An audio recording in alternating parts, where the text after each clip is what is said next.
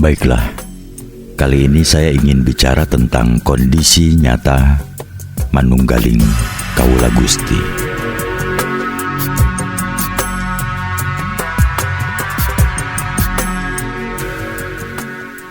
Dari keseluruhan apa yang telah diuraikan dari video-video sebelumnya tentang refleksi dan pengalaman makrifat Syekh Siti Jenar, tampaklah bahwa proses perjalanan rohani menuju Allah sampai mencapai derajat spiritual tinggi serta pencapaian ma'rifatullah tidak lain merupakan aplikasi rohaniah dan pelaksanaan menyeluruh dari firman Allah.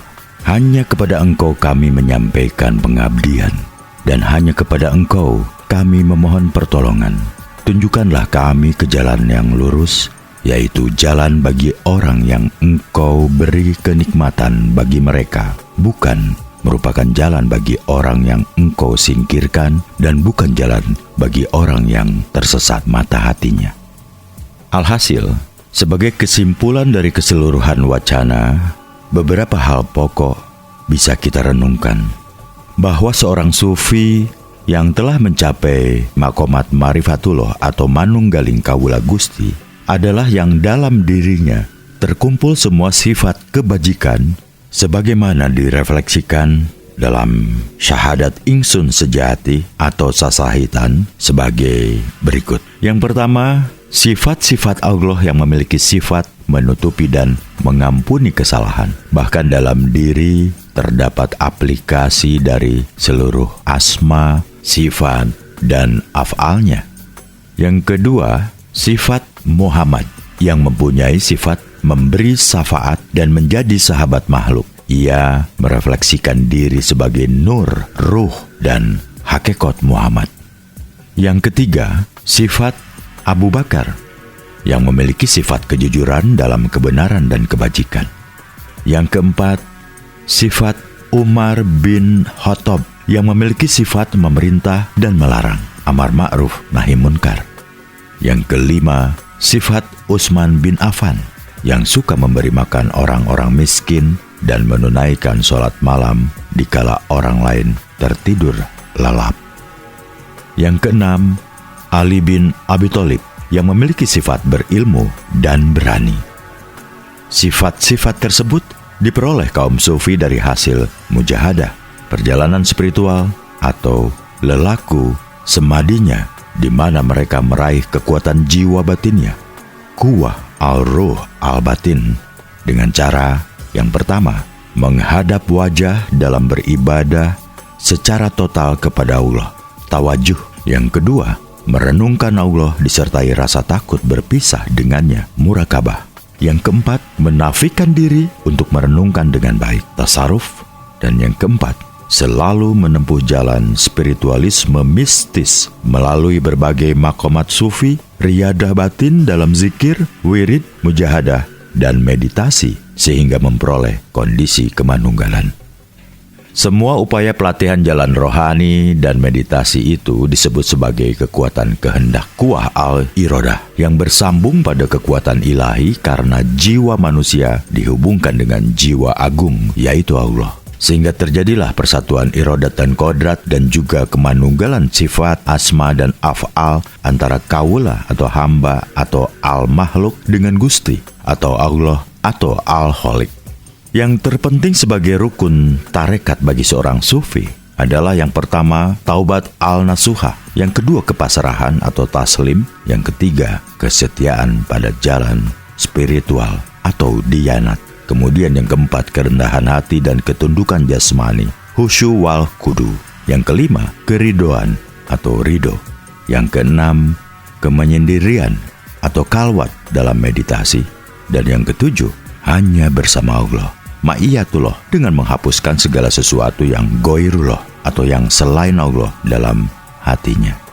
Untuk itu, seorang sufi harus mengamalkan ajaran-ajaran torekoh yang paling pokok, yang meliputi ilmu, kedermawanan, kedekatan kepada Allah, kesetiaan keagamaan, muhasabah, meditasi dan perenungan, ketawakalan kepada Allah, lahir dan batin.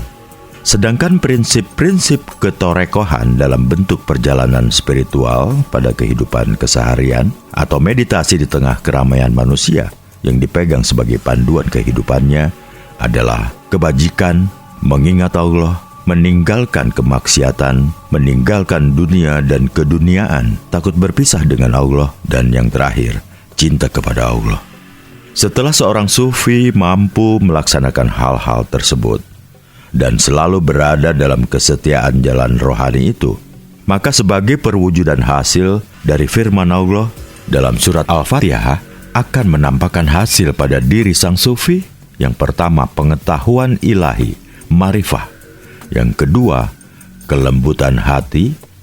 Yang ketiga, kesabaran. Yang keempat, ketaatan. Yang kelima, tata krama atau akhlak terpuji atau adab. Dan yang keenam, ketulusan. Setelah seorang sufi mencapai makomat kemanunggalan, sebagaimana yang tampak pada pribadi Syekh Siti Jenar, maka arti ma'rifatullah dalam kehidupan kesehariannya menemukan wujud dalam 3 hal. Yang pertama, jujurnya perasaan. Ma'rifat sebagai buah ilmu, pengetahuan, dan amaliyah dari hakikat menghasilkan perasaan yang selalu jujur dan berada dalam kepastian akan kebenaran. Bukan lagi dalam bentuk was-was, khawatir, sublimasi, atau masih dalam konteks menebak-nebak atas diri sendiri tentang apa yang akan dialami dan akan terjadi. Hal ini timbul karena sudah terjadi kemanunggalan kodrat dan irodat antara kita dengan Allah. Dengan perasaan jujur, maka yang kita rasakan adalah bentuk pengetahuan nyata, tanpa diberitahu orang lain, tanpa belajar. Inilah yang sering disebut sebagai ilmu ala dunia, pengetahuan yang langsung diperoleh dari Allah. Yang kedua, hati selalu berada dalam kondisi keberadaan sejati, selalu dalam keaktifan ruh al-idafi yang tersinari sepenuhnya oleh ruh al-haq. Ia tetap bersinar terang menderang dan memancarkan kesejukan, karena ia selalu berada dalam keadaan heneng dan hening, keheningan dan kebeningan, qalbun salim. Oleh karenanya, ia berada dalam kehidupan yang tentram karena hati selalu memandangnya dan menikmati kehadirannya. Kemudian hal tersebut terpantul pada wajah, badan, wadah, dan perilaku. Oleh karenanya, wajah selalu tampak sejuk, berseri, dan menandakan ketentraman dalam situasi apapun. Muncul pula sikap satria dan keberanian menampakkan sifat asma dan af'alnya dalam kehidupan keseharian. Ketiga, ketika hati sudah bebas dari segala kotoran dan noda, hati betul-betul bersih tanpa ada kotoran sekecil pun, serta di saat kondisi sudah melampaui proses tasfiyat al-qulub wa tazkiyatun nafs, bersih hati, suci jiwa, maka pada saat itulah batas antara kaula atau hamba dan Tuhan telah gugur. Pada saat itu, apa yang disebut sebagai setan atau iblis sudah tidak mampu lagi menembus untuk menggodanya.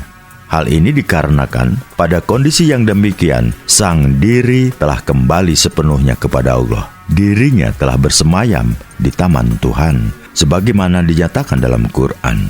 Kodrat dan irodat sudah bersatu sepenuhnya. Demikian hasil pencapaian seorang sufi, sebagaimana terrefleksikan dalam pengalaman spiritual Syekh Siti Jenar yang selalu setia dalam jalan rohani menuju kemenyatuan dengan Allah, di mana tidak ada perolehan yang lebih tinggi dari kenikmatan yang didapatkannya. Ia selalu berma'iyah atau bersama dengan Allah, dan pada akhirnya akan selalu bersanding, bahkan berpadu dengan Allah dalam bentuk manunggaling kaula Gusti. Ini dapat digambarkan dengan skema Tuhan dalam diri, diri dalam Tuhan.